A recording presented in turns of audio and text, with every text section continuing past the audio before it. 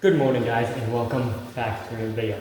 Just got back from golfing and I wanted to take the time to give you an update on this vehicle. It has been a while since you've seen this on the channel. If you are new to the channel and you haven't seen this thing yet, this is Elizabeth, also known as a Can-Am X3, a Can-Am Maverick X3 Turbo R. I love this vehicle. This is just one of my babies and it's special to me. I like it, it's fast, it's fun, it's been through it. And this vehicle has gone through so many things that it's like, wow, it's insane. So I'm gonna kind of walk you through the tasteful cosmetic mods that we've done to it so far. If you wanna watch some of the other videos, one of them is gonna be linked up in one of the corners, and that'll kind of get you caught up to speed on what's been done to it so far. Other than that, we're gonna start jumping right into this. Don't really want to waste your time, so let's go. Right above me is the roof rack. This was not on there when you last saw it, and this wasn't either. So we're gonna start from the front, move back. This is the Boss Audio Systems light bar. Yes, Boss Audio Systems. They make lighting stuff, and they make it really, really well. This is a full light bar. I don't remember the exact length of it, but it'll cover the whole entire vehicle, so it's long enough. It's mounted up to the roof rack, and it is very, very bright. I'll kind of give you a look of what it looks like. It's really bright in here right now, but I'll turn it on just to maybe shut off some of the lights. But I want to get you a little bit closer so we can talk about it just a skosh more. Okay, so you can kind of see right here and up here how it's mounted. It's mounted to the roof rack quite securely, and right here you can loosen these on both sides just with an Allen key, and then you can shimmy it up and down.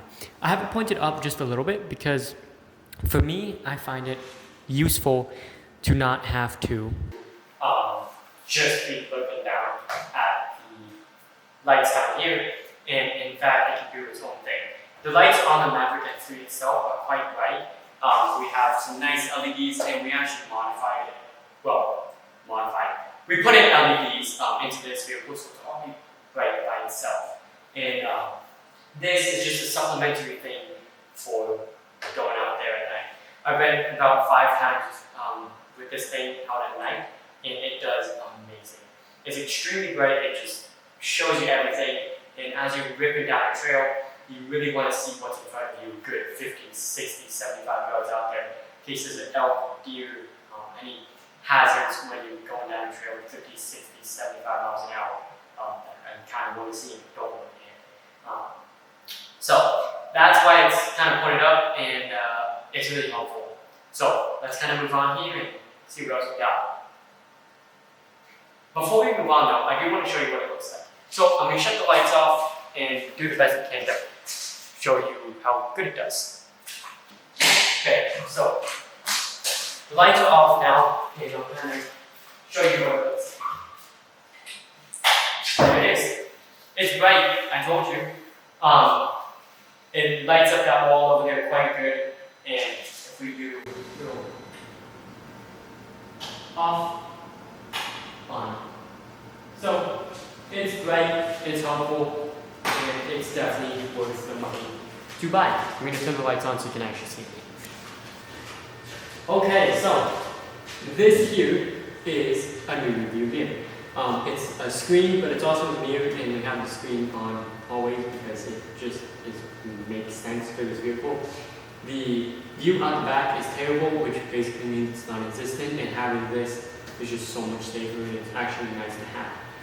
This is a Can-Am OEM plug, so it's really nice, fits really easily, and wiring just goes through the top and snaps back on the roll cage. Now moving to the back, you can see, hello, it's really wide angle. I can get really close, and basically my whole face is still here. But it's a really helpful thing to have. It wasn't hard to install, and it's not incredibly expensive.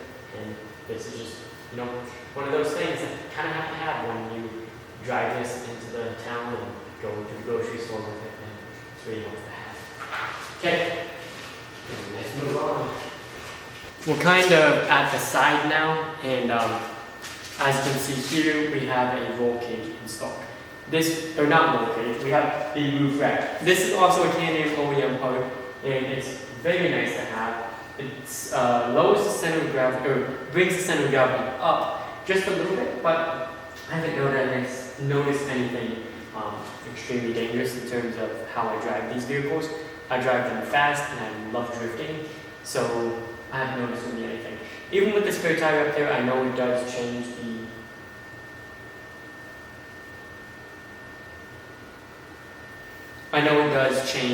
how the weight is centered, and I do feel it a little bit, but it's not incredibly horrible. It still feels really good in terms of that. So let's move on to something a little bit further in the back. Okay, now that we're kind of back here and you're way up, we got some whip lights right here, and then we also have some follow lights, tail lights. I don't know what they're called, but these are also by Boss Lighting and Boss Lighting. These are the 24-inch version, I believe, and they work really, really cool. They work really, really well, and they are really, really cool. I'll kind of, turn the lights up again to show you.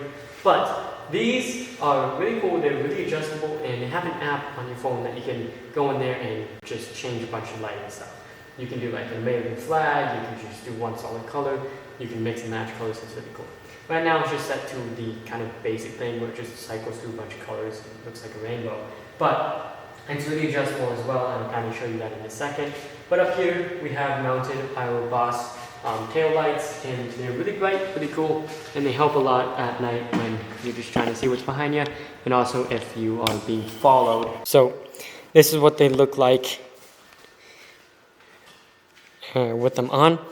The whip lights look really nice. They are vibrant, and even though they are full like LED strips, at night you can't really tell, and they look really good. Now, these follow lights are quite bright, as you can tell, and they're causing a little bit of lens flare.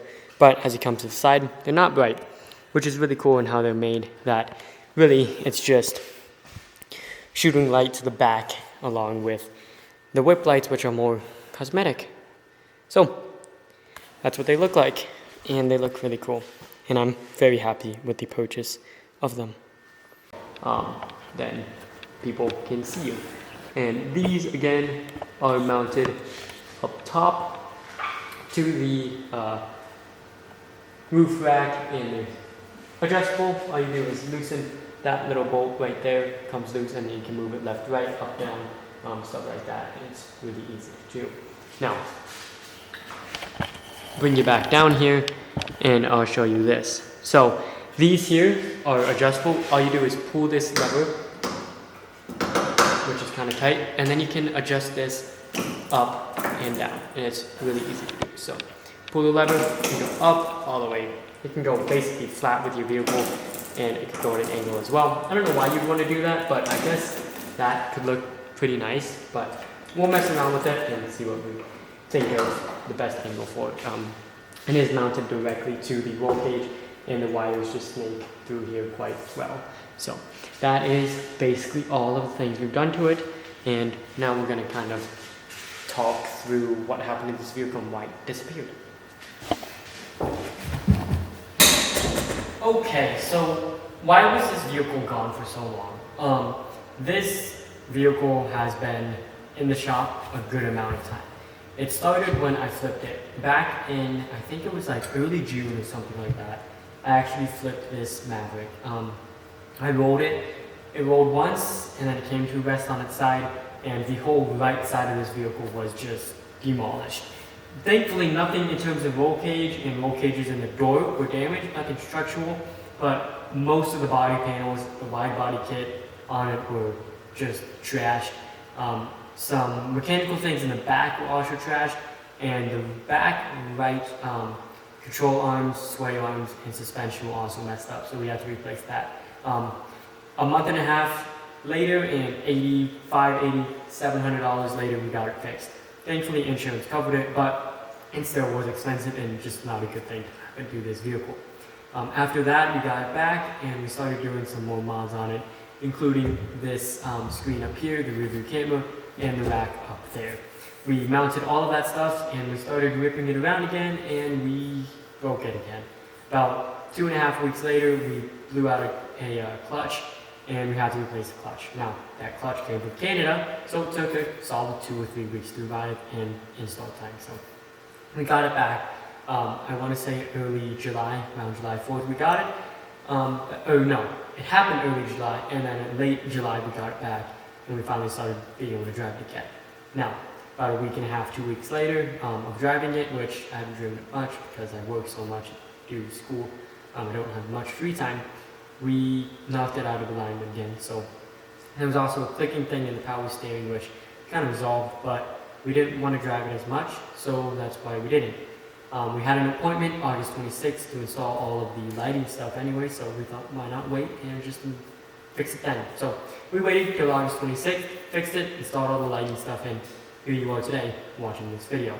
That's basically the short story of this, and I hope you guys enjoy the video, because we have a lot of things to do on this, and these take a lot of time to make. If you did enjoy the video, please drop a like, subscribe. Subscribe for really important and really fun content coming. This winter is going to be amazing. It's going to be filled with a bunch of really cool videos. I hope you stick around for that. Next summer, when I come back to South Dakota, if I come back to South Dakota, which I probably will, we are going to do a lot of mods to this thing. You heard me talk about audio. We're actually not doing speakers. I had planned 6 speakers up in the roof, 2 subwoofers under the seats, but I switched it to where we're going to do cardio audio. Now, the name cardio is a big thing in the motorcycle realm, and yes, it's the same thing, except they're big old headphones. These headphones are linked to a hub, one being mounted up here, one being mounted back there, and instead of having to listen to music drowned out by the Rotax engine back there, which we're going to fix in a second, is going to go straight to headphones. They're noise canceling, you can talk to each other without screaming, and they're just overall a much better upgrade. So I'm really excited for that. That's going to happen next year as well. Now, when I talked about fixing the engine, I talked about the drone. This vehicle is going to get a new exhaust, and it's also going to get a couple more modified parts on it. I'm hoping we can do maybe a blow-off valve, tune the ECU, and also do that exhaust system at the same time. So I'm hoping we can push maybe 340, 400 horsepower, which would be insane for this vehicle in the near future. That would be really cool to do. So I hope you enjoyed this video. If you did, again, drop a like, subscribe, share it to a buddy. We're really close to 1,000 subscribers. I would really like to make it by the end of September. So if you want to do that, please help me. That's basically it. Hope you enjoyed it. As always, peace. God bless you. Muchos besos. And I'm almost home to Florida.